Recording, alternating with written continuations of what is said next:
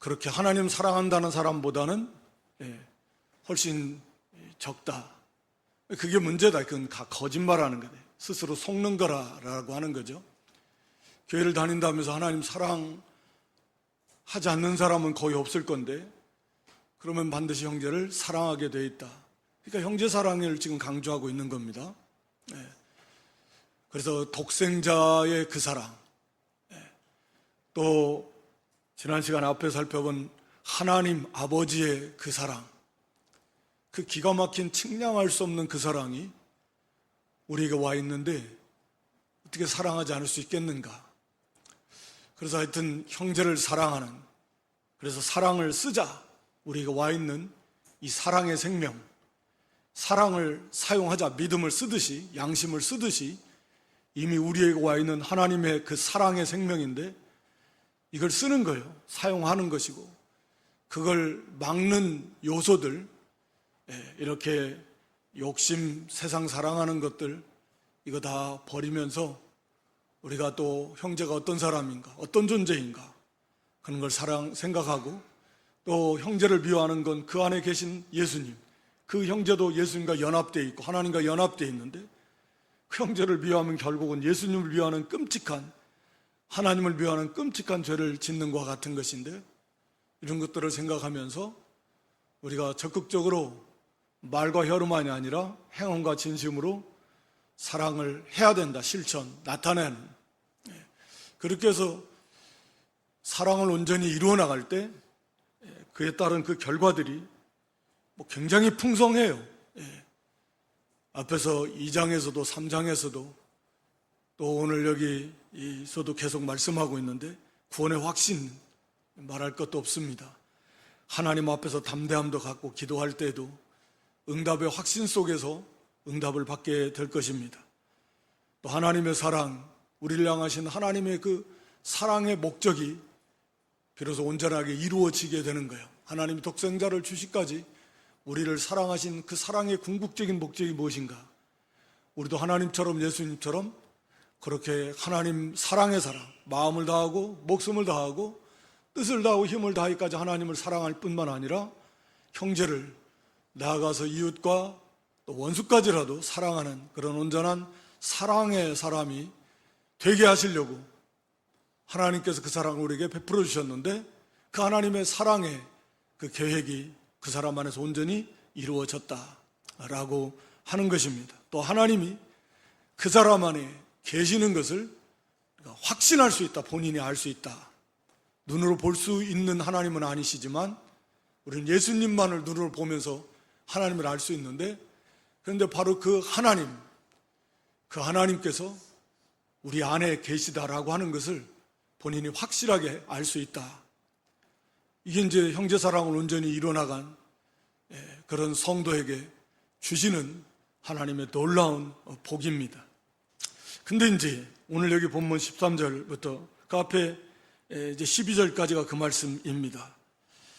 그러면 우리가 잘 아는 대로, 느끼는 대로 하나님을 사랑하는 건 같은데, 사랑한다라고 하면 다 대답할 수 있을 것 같고, 하나님 다 사랑합니다라고 말할 수 있을 것 같은데, 형제를 진정 사랑하는가 할 때는 자신이 없단 말이에요. 아직 형제 사랑에 대해서는 주춤하고, 그러면 나는 정말 이거 내가 구원 못 받은 것인가? 이러한 좀 고통스러운, 두려운 그러한 생각이 사실 들 수밖에 없을 것입니다. 여전히 아직도 형제를 사랑하는 이 문제가 해결이 안 된 분들도 있을 것이고, 여전히 마음에 이렇게 꺼리고 있는 고통스러운 그런 관제 속에 있는 경우도 있을 것이기 때문입니다. 그래서 오늘 본문의 사도 요한은 그 부분을 이렇게 어떻게 보면 아비의 심정으로 이렇게 자상하게 다루고 있다, 그렇게 보여집니다. 그래서 여기 13절에 이 성령, 그래서 오늘 제목을 구원을 확신하고 형제를 사랑하자. 우리가 형제를 사랑하는 데 온전히 이루었다면 사실 이런 말씀이 사실 어떤 의미에서 필요도 없겠지만, 그러지 못한 경우가 대부분이고, 또는 이제 막 어린 형제들도 많고 믿은 지 얼마 안 되고 예, 아직 사랑을 온전히 형제 사랑을 이루지 못한 성도들이 많기 때문에 자 그렇다라고 하면 어떻게 이 성도들을 격려하고 또 위로하고 또 다시 힘을 북돋아줘서 우리가 사랑의 세계로 그들을 인도할 수 있을까? 아마 사도 요한이 성령의 감동 속에서 이제 노사도고, 아마 이제 그 사실은 우리가 에베소 요한계시록을 기록한 게 사도 요한이고 에베소 교회에서 약 20여 년 이상 이렇게 목회했던 분이 사도 요한인데 공교롭게도 우리가 요한계시록 그 2장의 7개 아시아 7개 중에서 에베소 교회에 대해서 하나님 예수님께서 책망하시는 내용이 사랑, 처음 사랑을 너희가 잃어버렸다 라고 하는 것이거든요. 하여튼 여기 사도 요한은요, 그 성도들을 향해서 자 거기에 낙심하지 말고 두려워하지 말고 먼저 그러면 성령, 그의 성령을 우리에게 주심으로 우리가 그 안에 거하고 그가 우리 안에 거하는 줄을 아느니라. 아직 형제 사랑을 온전히 이루지 못해서 그럼 나는 그럼 구원받은 사람이 아니야? 아닌가? 어떡하지? 그럴 수 있는 그런 성도들을 향해서 주시는 말씀이라고 보여지는데 성령을 우리에게 주셨다. 성령이 그 안에 계신 사람, 그 안에 있는 사람, 그의 성령을 우리에게 주셨다. 자, 성령이 그 안에 계신가? 그런 사람은 걱정 말아라. 그런 사람은 13절에 말한 대로 우리가 그 안에 거하고 그가 우리 안에 거하시는 줄 아는다. 다시 말하면 우리도 성령이 그 안에 계신 사람은 하나님 안에 있는 사람이고 또 하나님이 우리 안에 계신다. 다시 말하면 하나님과 예수님과 연합되어 있는 구원받은 하나님 백성이다 라고 이렇게 위로의 말씀을 주고 계십니다. 그렇죠. 이 성령이 계시지 않는다면 우리가 로마서 8장 9절 말씀에 보면 로마서 8장 9절이죠. 만일 너희 속에 하나님의 영, 성령이신 하나님의 영이 거하시면 너희는 구원받은 사람이다. 또 누구든지 그리스도의 영, 또 성령이십니다.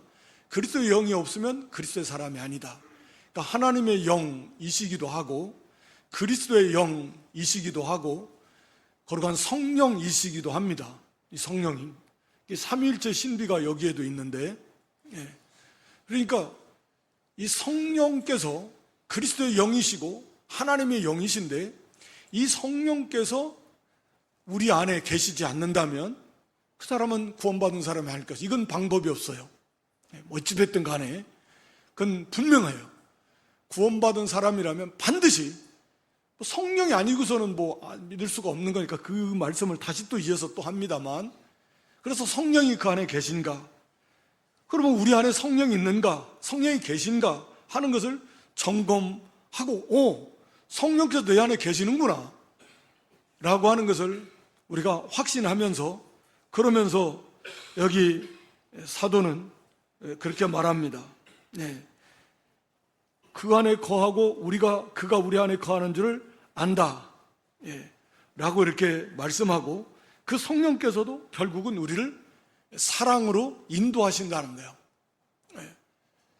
성령이 하시는 일이 우리를 이제 구원시키고 또 구원을 이루어 가도록 우리를 인도해 가시는데, 그 핵심이 뭐냐면 사랑입니다. 사랑. 우리가 잘 아는 성령의 열매, 우리가 갈라디아서 5장 22절로 23절에 보면 성령의 열매가 나오는데, 성령을 따라서 행할 때 나타나는 결과물들, 그것이 열매겠죠. 성령이 우리 안에서 우리를 인도해 가십니다. 그러니까 성령이 하시는 일이지 우리가 막 해주십시오, 물론 그렇게 기도할 수도 있고 하지만 그것과 무관하게 성령께서는 계속 우리 안에서 일을 하십니다. 역사하십니다. 그 성령의 인도를 따라갈 때 맺히는 첫 번째 열매가 9가지가 쭉 기록해 내고 있는데 사랑이다. 사랑. 우리를 사랑하도록 우리를 일깨우시고 격려해 주시고 위로해 주시고 힘 주시고 또는 책망하시면서 또 사랑의 세계로 우리를 인도해 가시는 거예요. 성령께서 그렇게 하십니다. 또 우리가 고린도전서 12장 마지막 31절에 보면 고린도전서 12장에서 이게 은사장이라고 흔히 말하는, 그래서 각양 은사, 성령께서 주신 은사를 쭉 말합니다. 뭐 거기에는 뭐 방언의 은사, 제일 나중에 방언의 은사도 있고, 뭐 방언을 통역하는 은사도 있고, 예언의 은사도 있고, 또 신유의 뭐 치유의 은사도 있고, 여러 은사가 있는데, 그런데 사도 바울은 그걸 쭉 기록하면서 더욱 큰 은사가 있다, 가장 좋은 은사가 있다, 그것을 사모해라. 그게 무슨 은사냐? 13장에 가서 바로 이어서 사랑을 말하, 사랑이다. 사랑이야. 성령께서 주시는 각양 은사가 있는데 가장 좋은 은사, 더욱 큰 은사, 이게 뭐냐? 사랑이다. 그러니까 사랑으로 우리를 인도하시는 거예요. 성령께서 하시는 일이에요. 참 몇 가지를 우리가 생각해 보면, 우리가 로마서 8장 5절에 보면 우리가 구원받은 성도의 특징을 말씀하면서 로마서 8장 5절에 육신에 속한 사람들은 육신의 일을 생각하지만 영을 따르는 자, 즉 성령을 따르는 자는 영의 일을 생각한다라는 거죠. 이게 이제 성령이 그 안에 계신 사람들의 특징적인 모습입니다. 그러니까 구원받지 못한 사람들, 육신에 속한 사람들은 생각하고 추구하는 것이 전부 다 육신에, 땅에 속한 일입니다. 어떻게 하면 무엇으로 잘 먹고, 어떻게 하면 돈을 좀 더 잘 먹고 잘 살고 좀 더 크게 되고 좀 더 세상에 속한 것을 좀 더 많이 얻을까, 누릴까, 온통 처음부터 끝까지 생각하고 추구하는 것이 이겁니다. 육신의 일이요. 그러나 영이 중생한 새 생명을 가지고 성령이, 하나님의 영이 그 안에 계시고 그 중생한 영이 하나님 형상대로 받은, 하나님 안에 있는 새 생명을 받은 그 생명인데, 그 예수님과 하나님과 연합되어 있는 생명이고, 그 생명을 가지고 성령이 그 안에 계신 성도가 계속 처음부터 끝까지 육신의 이것, 땅의 것만 생각하고 그걸 추구할 수는 없죠. 그건 거의 불가능합니다. 물론 성도라고 해서 육신의 일을 생각하지 않는다라는 게 아니에요. 정말 그렇게까지 되면, 육신의 일을 하나도 생각하지 않으면 정말 많이 그 성숙한 그런 성도이겠죠. 뭐 사실인지 아닌지 우리가 저도 많이 듣는 그런 경우 들으신 분이 있을 건데, 우리 한국교회 유명했던 그런 그 목사님 계시잖아요. 뭐 하여튼 간에 그분의 앞에 가서 뭐 이 얘기를 하는데, 세상 얘기를 하면 좀 있으면 막 코 고는 소리가 들린대요. 세상 얘기를 하면 이 목사님은 관심이 없어 그냥 졸고, 교회 관련된 일을 얘기를 하면 아주 이렇게 얘기를 들으시고 나누고 하다가도 또 세상 무슨 얘기, 무슨 뭐 이런 거 하면은 금방 이렇게 존다, 뭐 그런 얘기를 하면서 기도 많이 하시고, 이렇게 육신의 것이 아니라 영적인 일에 오직 거기에 관심을 두었다, 막 그런 의도로 그런 것 같은데, 맞아요. 그러니까 우리가 영예를 생각하는 사람, 성령이 그 안에 계신 사람은 성령께서 그 사람을 인도하시는데 영예를 생각하게 하는 거예요. 영예이란 게 뭐겠습니까? 내가 말씀대로 살아야 되는데, 다 그거에 대한 부담이 있잖아요. 말씀대로 살아야 되는데, 말씀을 지켜야 되는데, 어떻게 하면 좀 말씀대로 좀 잘 살 수 있을까? 나도 좀 기도 좀 하고, 좀 전도도 좀 하고, 좀 믿음도 좀 쓰고 좀 말이야, 해야 되는데, 막 이렇게 어떻게 하면 예수님을 닮아갈 수 있을까? 어떻게 하면 좀 하나님을 기쁘시게 할 수 있을까? 말씀 배운 대로 우리도 어떻게 하면 좀 더 영광스러운 부활에 참여할 수 있을까?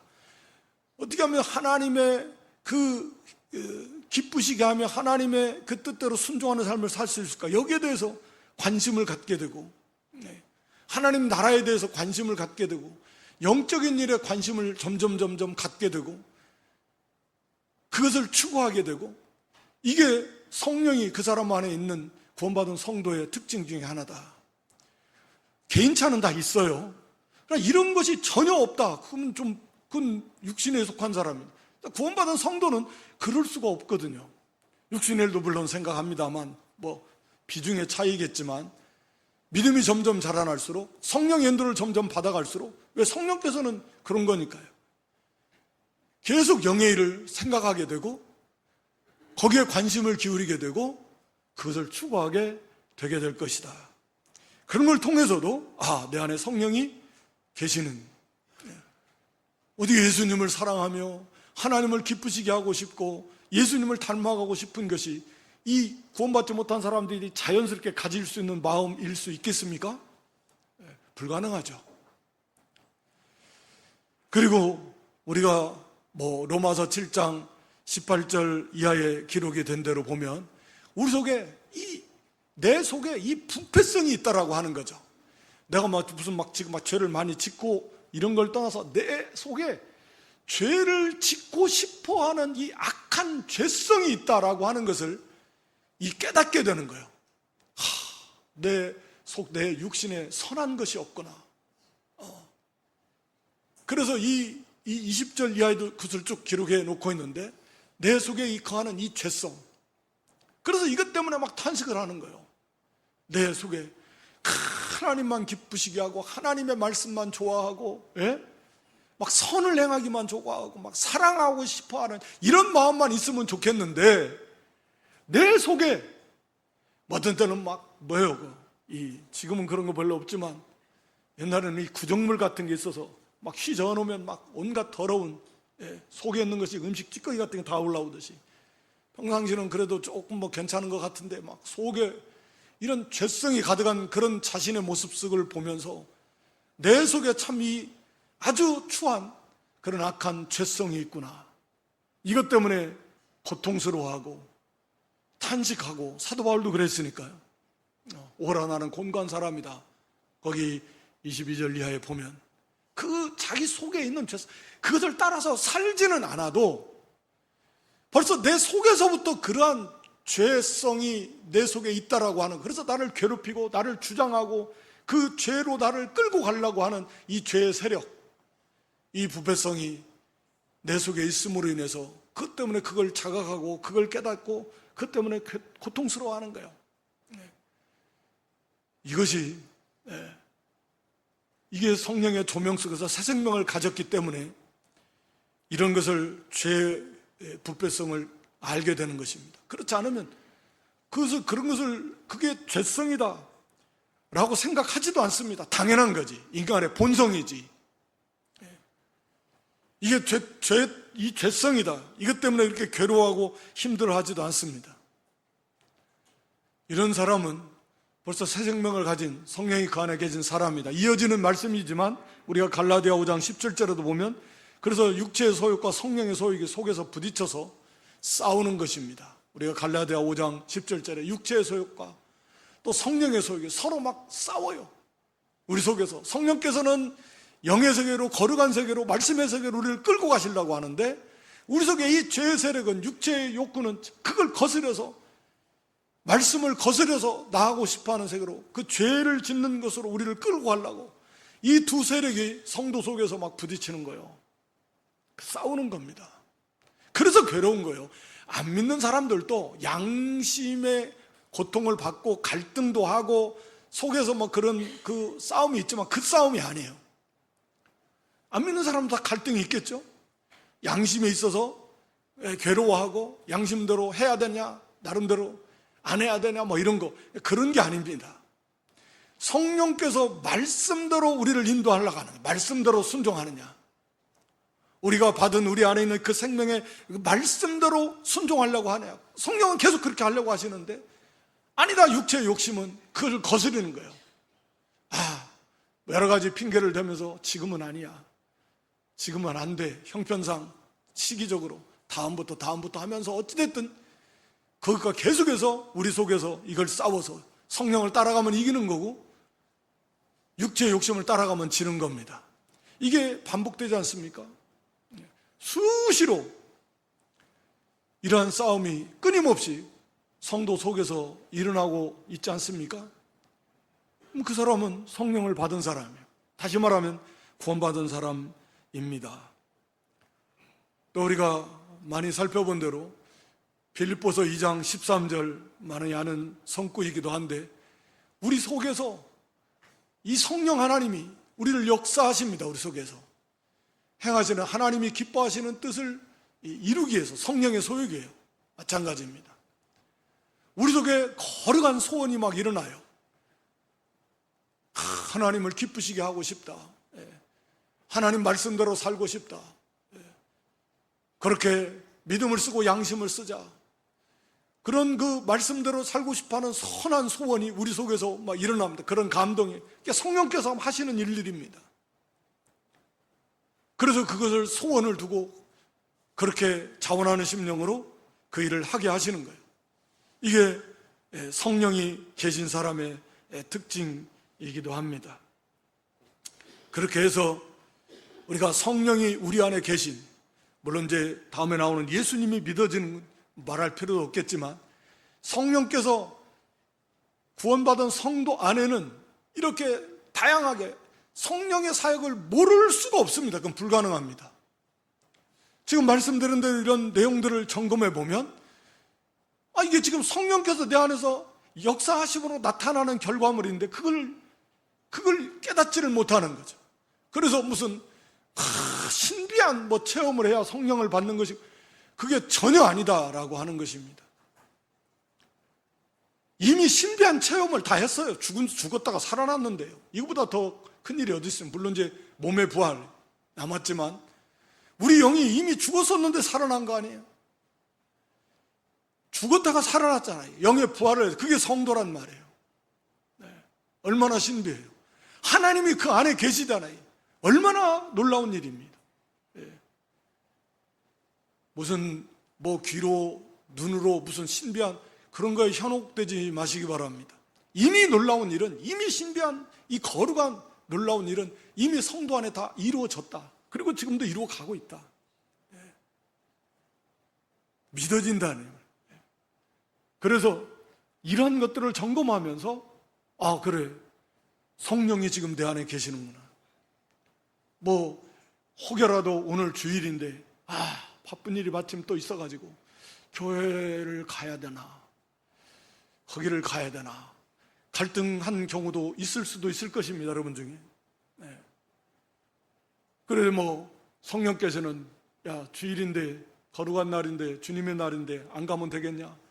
또 그러면 이것도 아주 중요한 사람이 또 이 시간에 또 결혼식을 한다는데 또 안 갈 수도 없고 갈등을 하다가 그래도 이기고 온 분들도 있을 것이고 갈등을 하다가 지고 못 나온 분들도 있을 것이고 그런 연속 아니겠습니까?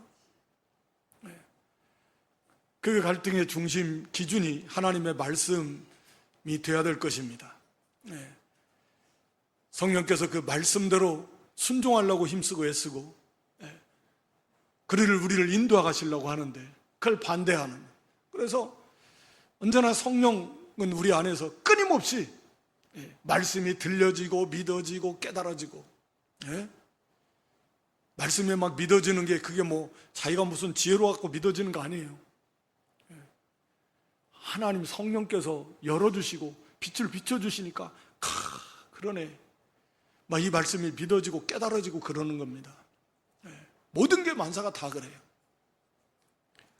그러니까 성령께서 우리 안에 계신 증거들이 너무 많은데 그러한 성령의 증거들을 점검하시면서 그렇구나, 그래, 나도 구원받은 사람이요. 구원받은 사람이라는 말은 다른 말로 말하면 하나님의 사랑 안에 있는 사람이에요. 하나님의 사랑이, 그 측량할 수 없는 하나님의 사랑이 그 사람 안에 와서 머물러 있습니다. 그 사랑으로 우리가 구원받은 거예요. 우리가 그 사랑을 막았던 것들, 세상 사랑하고 또 말씀을 불순종하고 나가는 것들, 그런 것들 우리가 좀 얘기하면서 성령의 인도를 힘써 순종해서 성령께서 우리를 사랑의 세계로 인도하시니까 사랑할 수 있다라는 거예요. 반드시 해야만 되고, 이미 사랑이 있으니까, 하나님의 사랑 그 사람 안에 있으니까 그걸 쓰면 되는 거니까. 지금 사도 요한이 이걸 기록하는 것도 그런 거예요. 자, 성령이 계시지? 그럼 확신하자. 구원 받았어요. 그래, 그럼 하나님의 사랑 받은 거잖아. 사랑이 그 안에 계신 거잖아. 성령께서는 그 사랑으로 인도하시잖아. 왜 못해? 반드시 해야만 되고 할 수 있다라는, 나타내라는 거예요.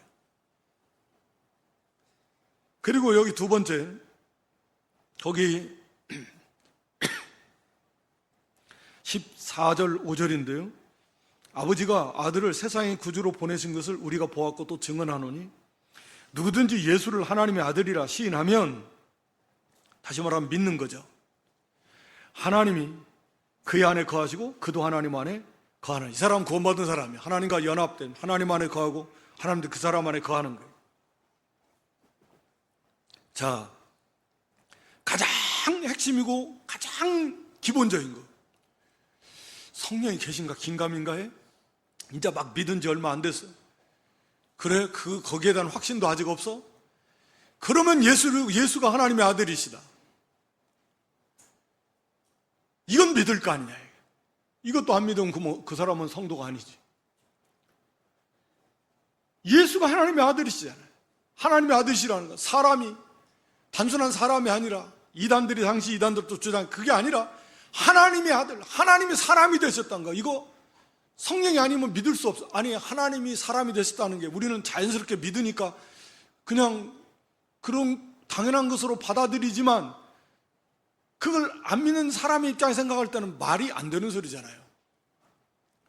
신이 사람이다, 하나님이 사람이 되신, 동정녀의 몸을 통해서 실제 역사에서 태어나셨다. 사람이 만든 신화들은 있지만 역사 속에서 실제로 하나님께서 사람이 되어서 그렇게 성령의 능력으로 동정녀의 몸을 통해서 이 땅에 오셨다.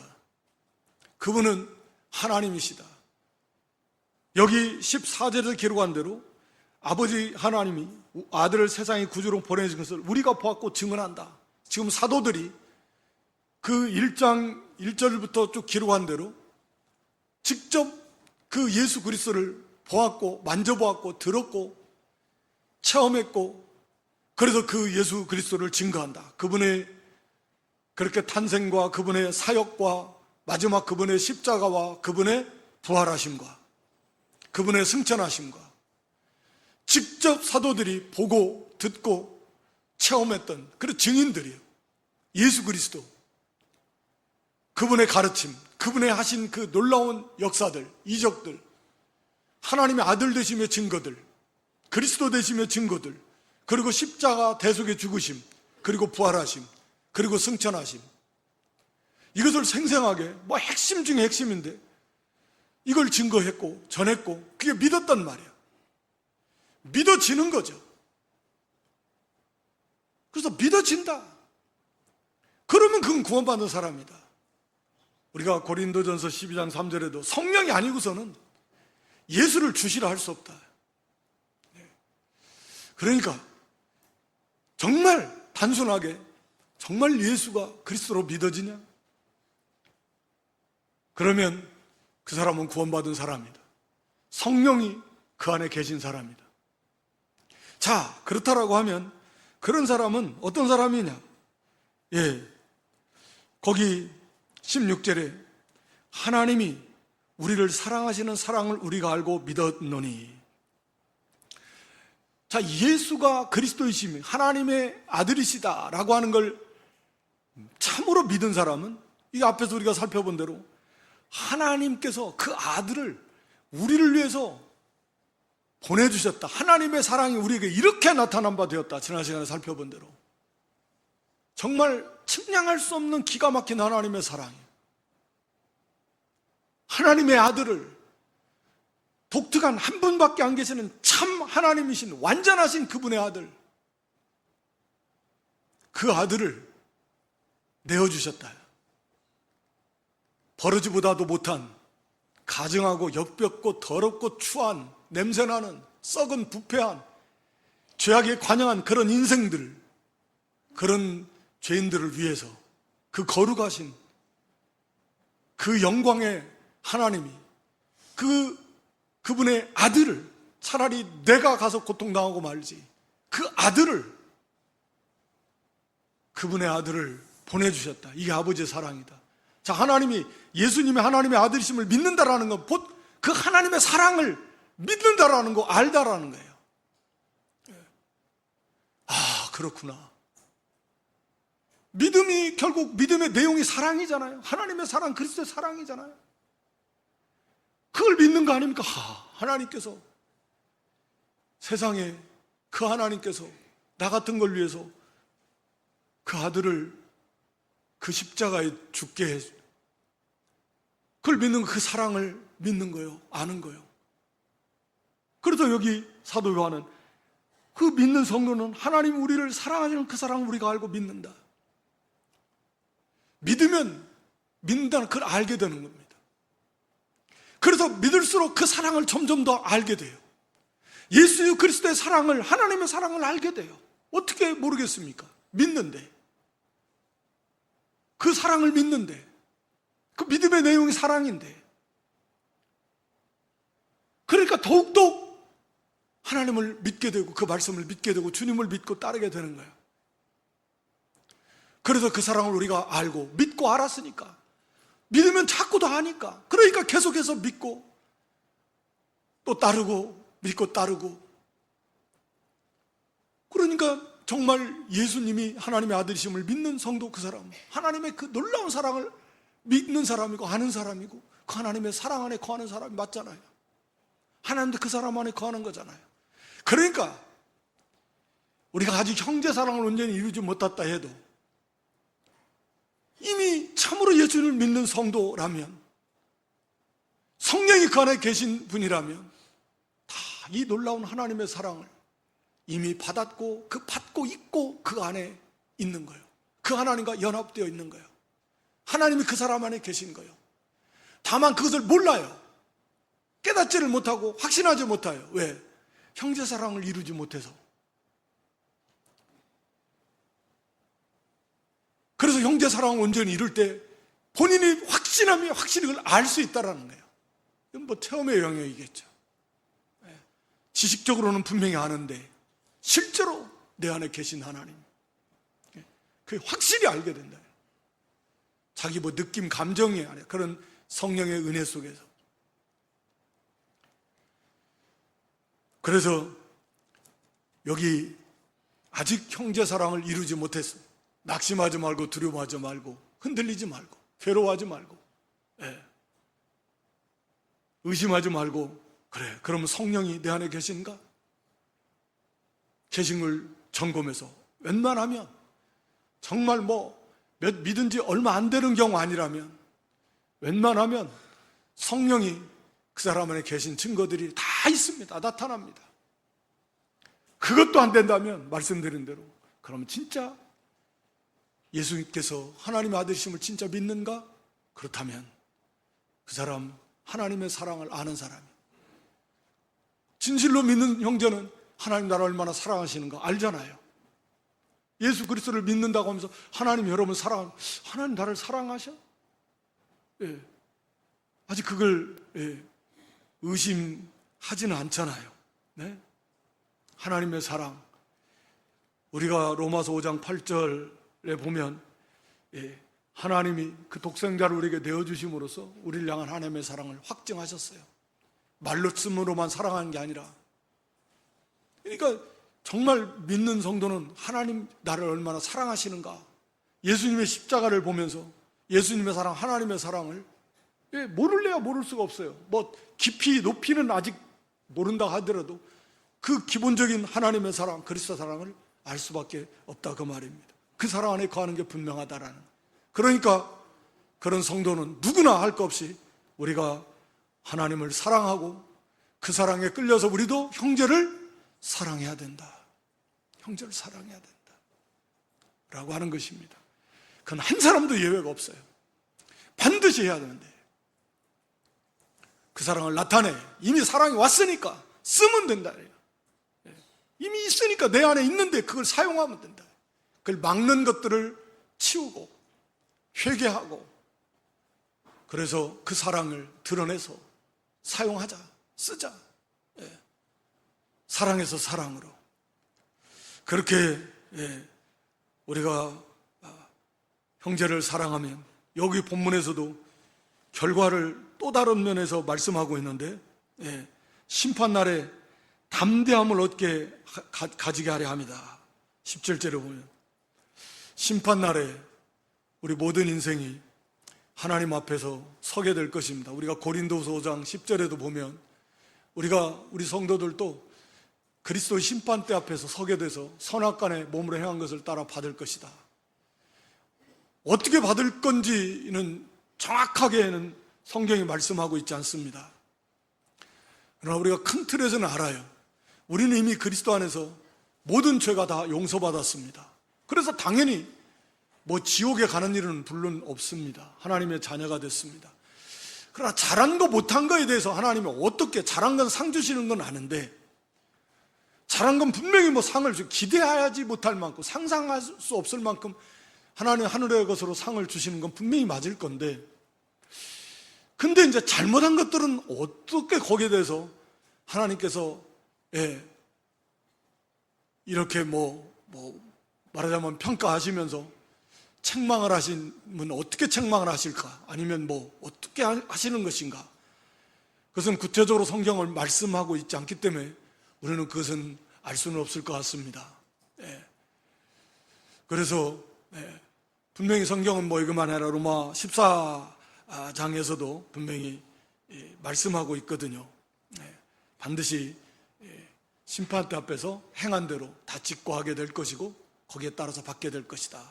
상을 받는 건 분명히 알겠는데 잘한 것은, 잘못한 것은 하나님께서 거기에 대해서 뭐라고 말씀하실지, 그런 면에서는 조금 우리가 조심해야 돼요. 사도 베드로도 그랬거든요. 외모를 보시지 않고 우리가 행위대로 판단하시는 분을 아버지, 하나님은 그런 분을 우리가 아버지라 섬기는 것인즉 나그네로 있을 때를 두려움으로 지내라 라고 이렇게 베드로 사도도 말씀하고 있거든요.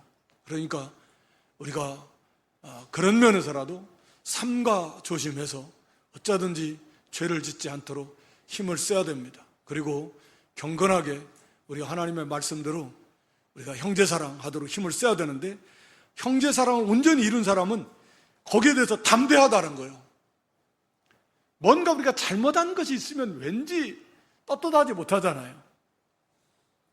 예를 들어 자식들도 부모 앞에 설 때 눈빛을 자꾸 피하고, 뭔가 잘못한 거 있으면 고개 잘 눈을 안 마주치려고 그러고, 그러듯이 우리가 하나님 앞에 나갈 때도 뭔가 좀 떳떳하지 못한, 그러나 이 사랑을 온전히 이룬 사람은 담대함을 얻을 것이다. 앞에서 담대함을, 우리가 하나님 앞에 기도할 때 그런 담대함을 얻게 되는데, 여기는 심판대 앞에 나갈 때 담대하게 나가게 될 것이다. 그래서 이 사랑이, 온전한 사랑이 두려움을 내쫓기 때문이다. 거기에는 온전한 사랑을 이룰 때 두려움이 없습니다. 그 속에는 우리가 온전히 사랑을 이루지 못하면 그것은 우리가 두려움이 그 속에 있을 수밖에 없다 라고 이렇게 사도 요한은 분명히 말씀하고 있습니다. 그러면서 결론적으로 하나님이 우리를 먼저 사랑하셨기에 우리가 하나님을 사랑하고 형제를 사랑할 수 있다. 그러니까 좀 사랑한다고 교만하지 말고, 자기가 잘해서 그런 줄 생각하지 말고, 그리고 처음 말씀드린 대로 하나님 사랑한다라고 하면서 형제를 사랑하지 않는 사람들이 있는데, 적지 않을 건데, 그것은 거짓말하는 것이다. 그런 사람은 진짜 하나님을 사랑하는 사람이 아니다 라고 하는 것입니다. 그러니까 우리는 반드시 형제를 진실로 구원받았는가? 성령이 내 안에 계시고 진실로 예수가 하나님의 아들 그리스도이심이 믿어지면 그 놀라운 하나님의 사랑을 받고 그 안에 거하는 사람이 분명한데, 그 사랑이 와 있는데, 그러면 우리도 그 사랑으로 반드시 형제를 사랑함으로써 그것을 드러내고, 또 그 속에 약속하신 그 풍성한 놀라운 복을 이 땅에서도, 그리고 하나님 나라에서도 받아 누릴 수 있는 저 여러분 모두가 될 수 있기를 주님의 이름으로 축원합니다. 하나님 우리 아버지, 계속해서 저희에게 이렇게 형제를 사랑하라 말씀하시고 오늘 시간에 구원을 확신하고 형제를 사랑하자는 말씀으로 우리에게 권면해 주시는 것 고맙고 감사합니다. 우리 속에 성령이 계신가 하는 것을 점검하고, 성령이 계신 것이 확실하면 그건 구원받은 사람이 확실하고, 그래서 구원의 확신을 가지고 그 성령의 인도를 따라서 우리 안에 있는 이 하나님의 사랑으로 형제를 사랑하게 하시고, 또 예수가 그리스도의 힘이 믿어지는 것이 확실하면 그 사람도 이미 구원받은 사람이 확실하고 또 그 속에 하나님의 사랑이 있고 성령이 함께 하심을 믿고 그 사랑으로 형제를 사랑하도록 힘을 써서 우리 모두가 다 진정으로 하나님 사랑하며 그 사랑으로 형제를 사랑하는 그 사랑을 온전히 이루어서 그 사랑 안에서 약속해 주신 하나님의 땅의 풍성한 은혜와 복을 받아 누리는 복된 성도들 되게 해 주시옵소서. 예수님의 이름으로 기도드리옵나이다. 아멘.